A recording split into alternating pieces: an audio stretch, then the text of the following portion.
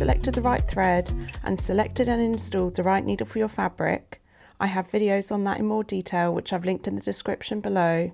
It's now time to thread the sewing machine. Firstly, every machine is a little different, so always check your sewing machine manual for the best guidance. Turn off or unplug your machine to avoid any injury. Pull the handle outwards to disengage it. Pull the spool pin up if it's not already in position.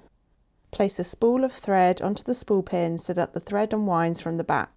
Pull the thread and pass it between the bobbin winder thread guide. Make sure the thread goes right between the discs, as this keeps the thread taut while winding. Take an empty bobbin and insert the thread through the hole in the bobbin from the inside to the outside. Whilst holding the end of the thread, place the bobbin onto the bobbin winder spindle, making sure to align the bobbin notch with the spindle rib. Keep hold of the thread and manually rotate the bobbin clockwise a few times to wind the thread on. This helps the thread grip before you start winding with the machine. Push the bobbin winder spindle from its left position to the right until it clicks into place. Switch the power back on. Hold the end of the thread and gently press the foot pedal. The thread will begin to wind onto the bobbin. After a few turns, stop the machine. Check that the thread is taut. If it looks loose or saggy, make sure the thread is properly positioned between the discs in the bobbin winder thread guide. If everything looks correct, use embroidery scissors to cut the excess thread close to the hole in the bobbin. Press the foot pedal again to continue filling up the bobbin. When the bobbin reaches the bobbin winder stopper, it means it's full, so immediately take your foot off the foot pedal. Use embroidery scissors to cut the thread loose. Push the bobbin winder spindle back from right to left until it clicks into place. Remove the bobbin and set aside carefully. Push the handwheel back inwards to return it to its normal position. Always use bobbins designed for your make and model of machine. Although they may look the same, they can be slightly different in size, and even small differences can cause stitching problems. Turn off or unplug your sewing machine to avoid any injury. Turn the handwheel towards you to raise the needle to its highest position. Pull the extension table outwards to remove and set aside carefully.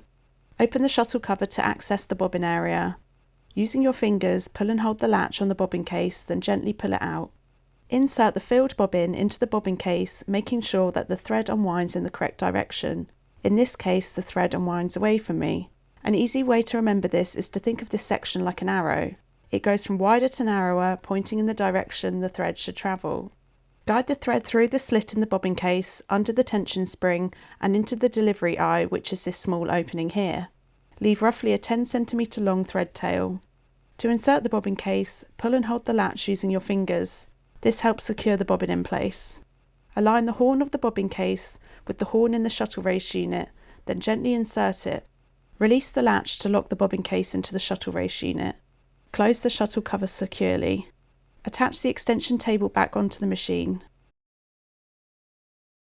If the bobbin is inserted the wrong way, it may cause skip stitches while sewing.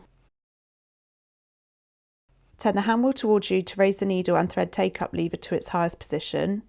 Pull the presser foot lever upwards to raise the presser foot and open the tension discs. Ignore this step if it's already in position. Place a spool of thread onto the spool pin so that the thread unwinds from the back. Pull the thread and pass it around the thread guide. This step is marked with the number 1 and a directional arrow.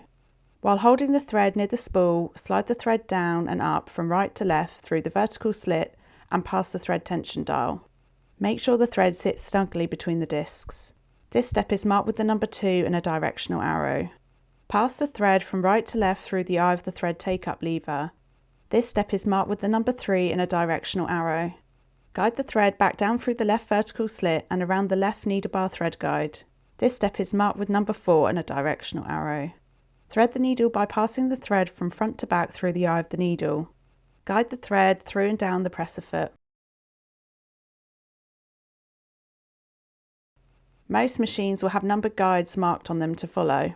If your machine has a built-in needle threader, feel free to use it. I like to cut the thread with embroidery scissors to get a clean edge, as it makes threading much easier. Then I use tweezers to help pull the thread through. Using your left hand, gently hold the thread that's coming from the needle. Don't pull it tight, just keep a light grip on it. With your right hand, slowly turn the handwheel towards you. As the needle goes down and comes back up, you'll start to see the top thread wrap around the bobbin thread underneath the throat plate. Keep turning the hand wheel until the take-up lever reaches its highest position. You should now see a small loop of bobbin thread appear through the throat plate. Stop turning the hand wheel. Using closed embroidery scissors, gently pull up the loop until the end of the bobbin thread comes up.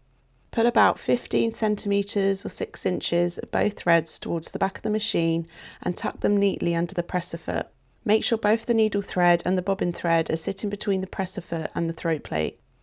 Your machine is now ready to sew. For more sewing Bexpertise, I've linked helpful videos in the description below. Please don't forget to subscribe, and as always, happy sewing!